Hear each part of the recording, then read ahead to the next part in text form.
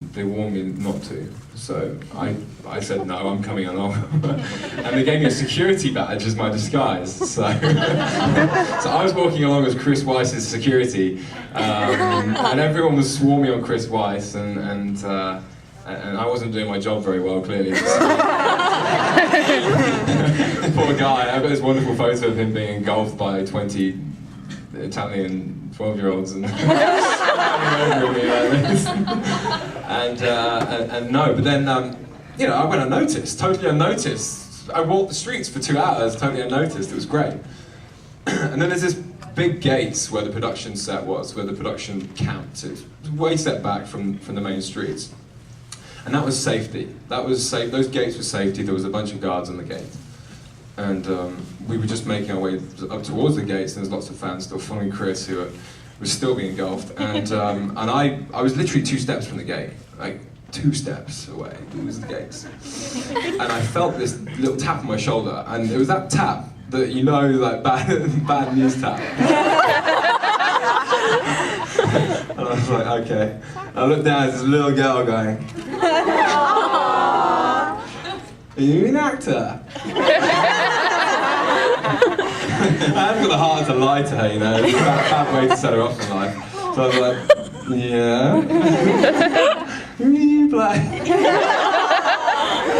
And suddenly I started to feel eyes on me, and I'm like, "Oh God, Dimitri." And I turn around and boom, there's like literally as many people as you times 2 with cameras just flashing at me, and I'm like...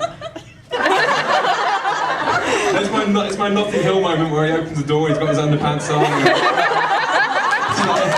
I was epileptic, I'd have died on the spot. I mean, they should have warned me, really, because it could have been epileptic. So you had no security with you whatsoever?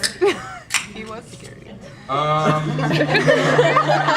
Security. Myself. As fast as you can. Okay, so I wanted to...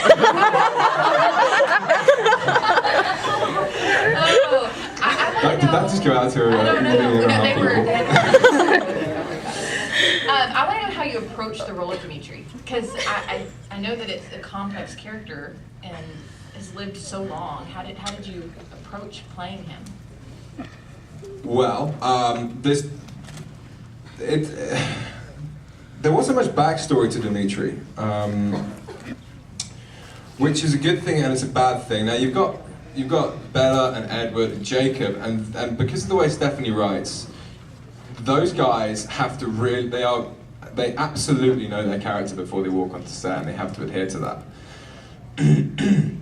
Which is great because you don't have to make many choices. In that, you know, too many dangerous choices.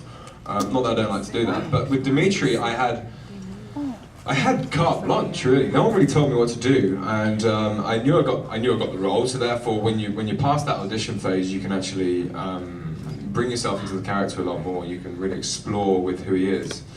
Now,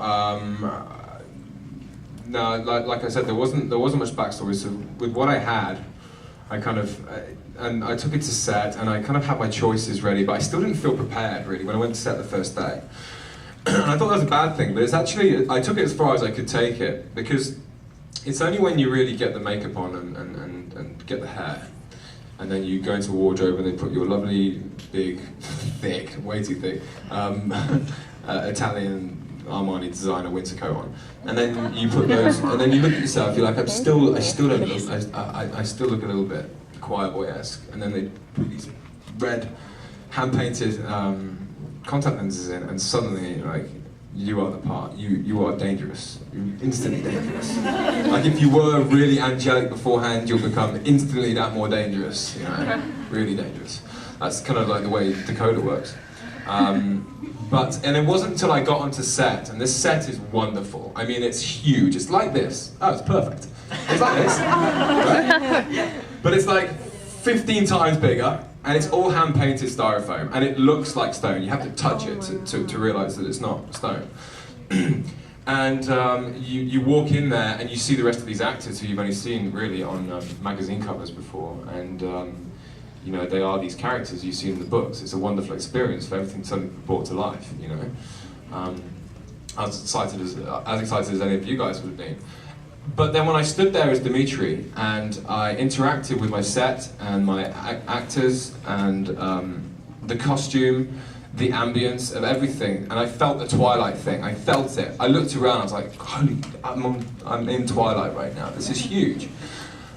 Then I started to develop these really kind of abstract idiosyncrasies to my character that I never saw coming and that just stuck. I was like, okay, I am this person. I'm as much Demetri as I'm ever going to get. So the way I'm acting right now, as long as I'm present and I'm in character, then that's Demetri. That is who I am. And I hope you'll see. I don't know, it might be cut out of the whole film. I haven't seen it yet. Some of the ways to stand, for example, or look around, or they were totally on-the-spot choices, instinct choices.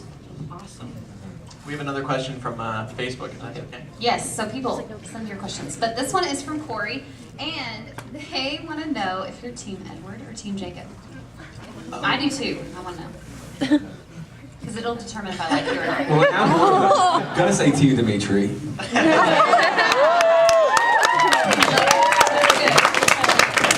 I'm going to say Team Dimitri because he's a great team. No Iron Team. But it was Iron Team Dimitri. You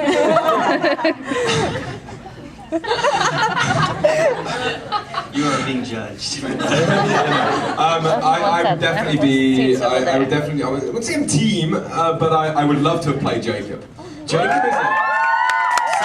I'm sorry, but Jacob is he's a formidable, primal, raw, aggressive, rough and dirty. He's like a bear. He stinks. He's like. I grew up on a farm, and Jacob, not Taylor. I grew up on a farm, rolling around, probably much like those guys did in their backstory, and having a great time like that. I played rugby all my life, and I've got dirty, and I've been aggressive, and I've had red rage, and I've done all these things, and I really admire that in the werewolves, in the wolf pack. Like there's that primal, that real kind of aggression that's been brought to this film is something that's going to turn it on its head. Now, I'm just going to digress for slightly. I think New Moon is going to be a lot bigger than everyone else thinks. I think it's going to be huge. I'll tell you why. Because there's about one guy and 100 women who ever goes to watch Twilight. I mean, I only watched it because to get the flavour of it before I went in for Dimitri. But New Moon's a guy's film. It's a man's film. There's some really great characters in there who you wouldn't normally associate with females going to watch them. You've got the wolf pack, and they are big guys, and they're aggressive, and you've got the Volturia, who are dangerous. We are dangerous. Dangerous.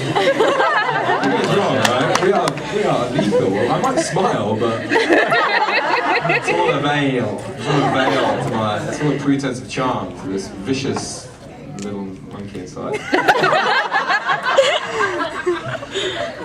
Okay, so Charlie, Dimitri and New Moon, he and Felix are kind of like a tag team.